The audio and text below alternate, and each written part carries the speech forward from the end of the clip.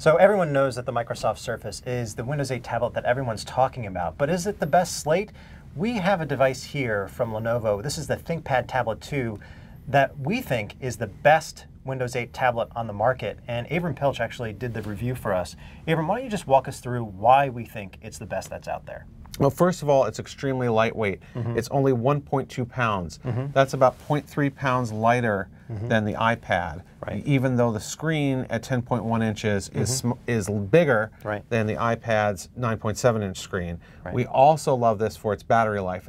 It lasted 9 hours and 42 minutes on the Laptop Magazine battery test, and that is longer than any other Windows 8 tablet we've used without adding an extended battery to add girth to it. And this is a business tablet in the sense that there's durability and security features. One of the things I love is the industrial design and the soft touch back, and this seems like it's built to last versus maybe some of the other Windows 8 tablets we've tested. Yeah, I mean, this is obviously has great build quality. If you like the Lenovo ThinkPad aesthetic, which we do, you will love this because it looks a lot like a ThinkPad notebook. So if you look at the back of this, you can see that there's this nice soft touch finish, which reminds us exactly of the lid of, say, a ThinkPad T series. You've got the ThinkPad logo on it. It's all black, and it's got this little red dot up here, which happens to be the stylus. And so you have this aesthetic here and this feel of just quality, and despite all of that, 1.2 pounds lighter than and that makes it a lot lighter than an iPad. And that's an important point of differentiation, having the pen built in, because I can't tell you how many Windows 8 tablets we've reviewed so far where either the pen doesn't have a holster at all, or it sort of attaches awkwardly to the outside. So how do you use the pen, and what can you use it for? So there are two main things that you would do with a pen on any Windows tablet. One is drawing, and the other is handwriting recognition. So let's try this out. So here we have the stylus, extremely light. I mean, this thing weighs almost nothing. And what we would do is we'd say launch Sketch, which is a drawing program over here. And with this app, what we can do is we can then create a new blank page here. So you can start drawing on it, and you can draw all kinds of pictures.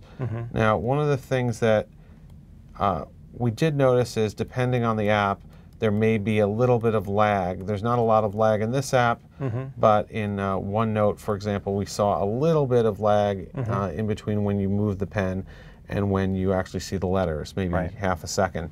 Now, what I like best about using the pen on this device is the handwriting recognition, which is built into Windows. So no matter what app you're in, whether you're in WordPad or the browser, anything that you're in, you can launch up the virtual keyboard here, and you see that there's a handwriting recognition feature.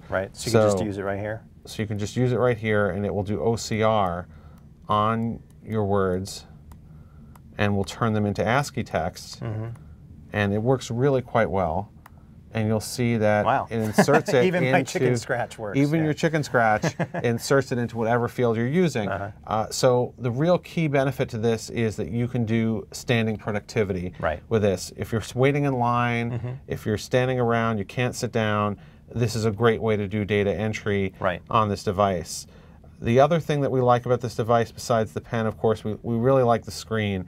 It is only 1366 by 768, but that's a good resolution for an Atom-based tablet like this. And at 10.1 inches, it doesn't seem too low. It's very colorful, and at close to 400 lux, it's also very bright. So even though this is not marketed as a primary PC, you can use it as a laptop, right? And what would you use?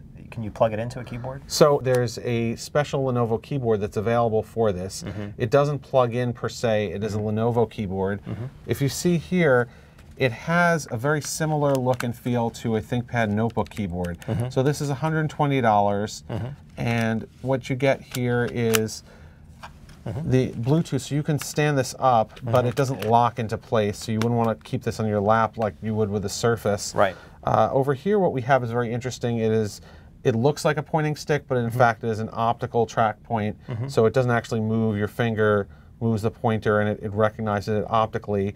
These keys have excellent, excellent tactile feedback, really about as good as you get on a ThinkPad T series. Sure. So overall, what's the cost, and what are you getting for your money? So the ThinkPad Tablet 2 officially starts at $579 for a 32 gigabyte version, although that version is not really for sale anywhere. Right. So you can get it for $649 with 64 gigabytes of storage, but without the stylus, which we would not recommend. To get it with the stylus, you have to. It starts at $679, so only a $30 difference, and one that you need to pay because if you don't buy it with the stylus, you can't add it later. Right. So for that price, you get it with 64 gigabytes of storage, you get the 1.8 gigahertz Atom processor, the 10.1-inch 1366 by 768 screen, and of course, this 9 hours and 42 minutes of battery life, Wi-Fi and Bluetooth. There is also a version that is about $250 more that has a 3G wireless card possibility. Right. But with that kind of delta, it's hard to recommend spending that kind of money. Sure, so I'm not going to ask you how you remembered all those specs, but I am going to ask you, how does this stack up to the iPad?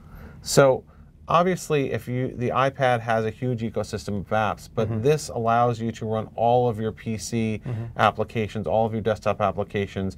It provides a true Windows experience. It provides the kind of productivity experience that you want if you're really trying to go out there and do work, and the pen support is really excellent and allows you to do things that you can't do on the iPad, which doesn't support a stylus.